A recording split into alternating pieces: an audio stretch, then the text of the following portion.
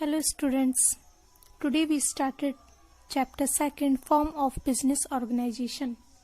Inside this chapter we learn about introduction, sole proprietorship, Hindu undivided family business, partnership, type of partnership, cooperative society, joint stock company, types of companies, memorandum of association and article of association. Let's start with introduction. According to L.H. Haney, the form of business organization should be so strong that it can continue for a long time and small obstructions should not be extinguished it. That is, it may be remain static. Business organization have different types. First is sole proprietorship. Second is Hindu undivided family business. Third is partnership. Fourth, cooperative societies. And fifth, joint stock company. These are the forms of business organization. First one is sole proprietorship. Sole proprietorship means those form of business organization which is owned, managed, controlled by an individual person. That means those individual person is who is the recipient of all the profit and bearer for all the risk. There is only one single owner in sole proprietorship. According to J.L. Hassan, sole proprietor is a type of business unit where a person is solely responsible for providing the capital, for bearing the risk of the enterprise and for the management of a business.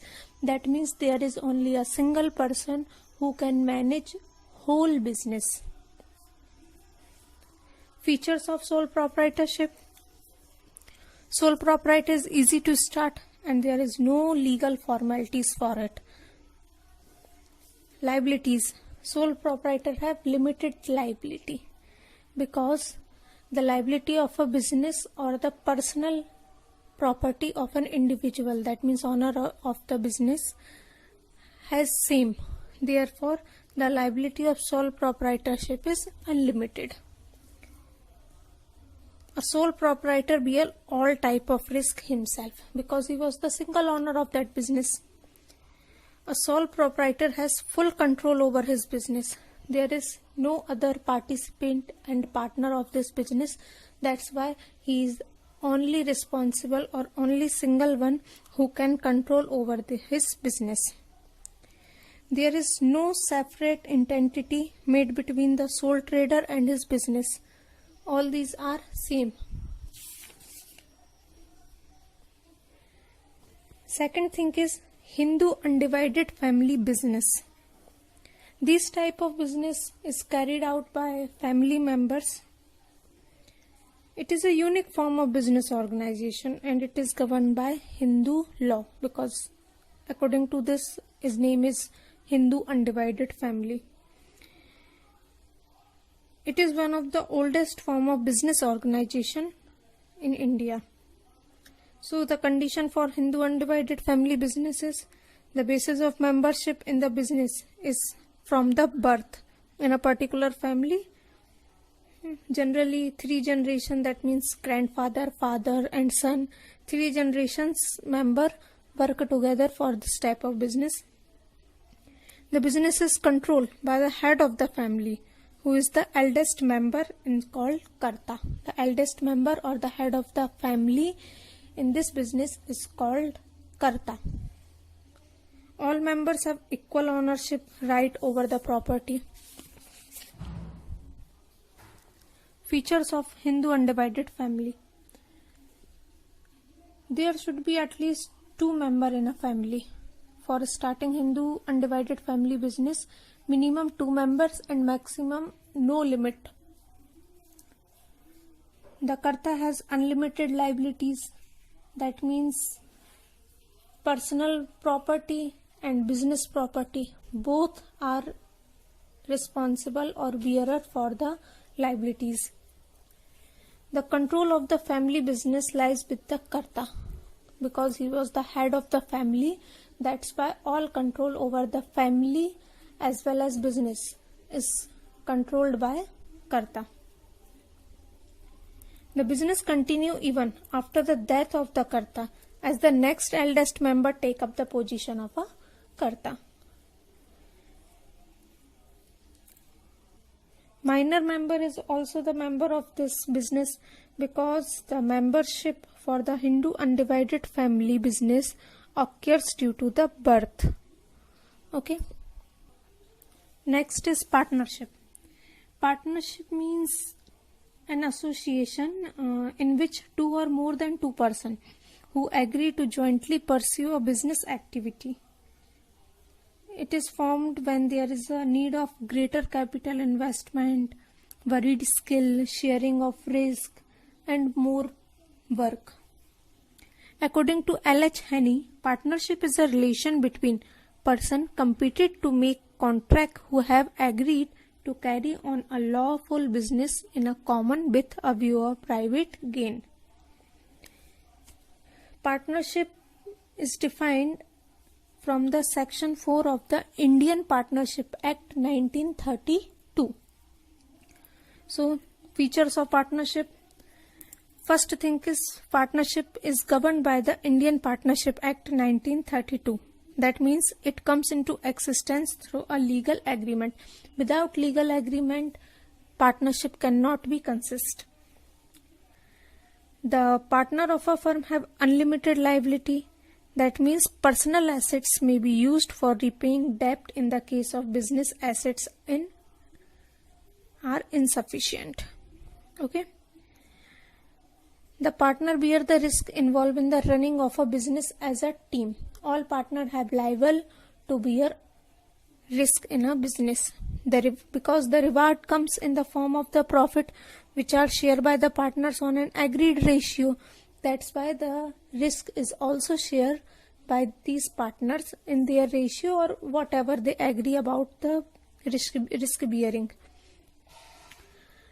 The activities of partnership firm are managed through a joint effort of all the partners. That means all decisions, any type of decisions or a control, not only a single partner can consist all these decisions or control over the business, whereas all partners are equal or jointly affect the control and decisions. Partnership come to an end with the death, retirement, insolvency of a partner. Suppose there is only two partners in a partnership and one partner is retired or any uncertainties has happened with him. So after him only a single partner is left. So there is no continuity in his partnership. The minimum number of members needed to start partnership firm is 2, while the maximum number in the case of banking industry is 10 and in the business industry is 20. Next topic is types of partners.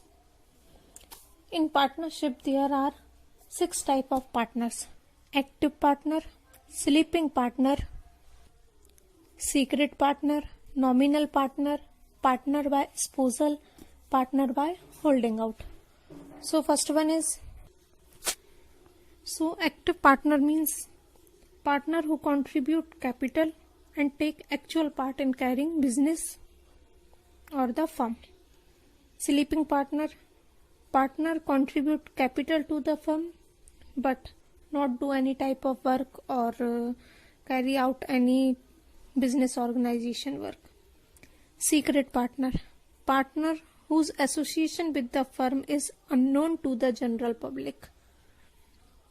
Nominal partner who allow the use of his or her name by the firm but does not contribute capital.